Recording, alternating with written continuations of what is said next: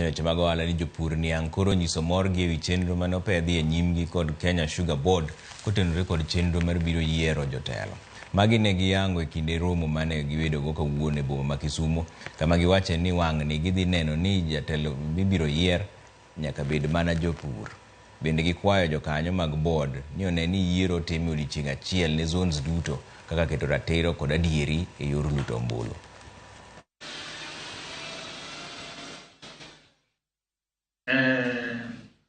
Yes, at an police just document.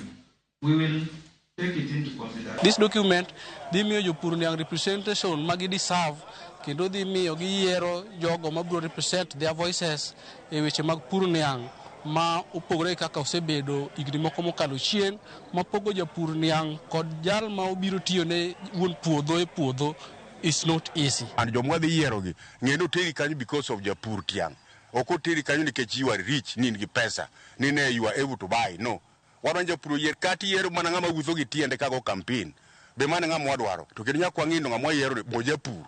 Kendo the register list by registers te wadwan mondo kaka wan jopur ka jomuchung jopur nyakwa dhi through mwangi magi gin ang'owa gin jopur. Gima ok wadwa ni ng'ato go kura e zone ma iluongo ni Nyando basin tae kosetieko go kura to odwa kawo kata piko kata mtoka to ringo dhi Kakamega ochako go kura, koa Kakamega ochako ringo dhi Busia go kura.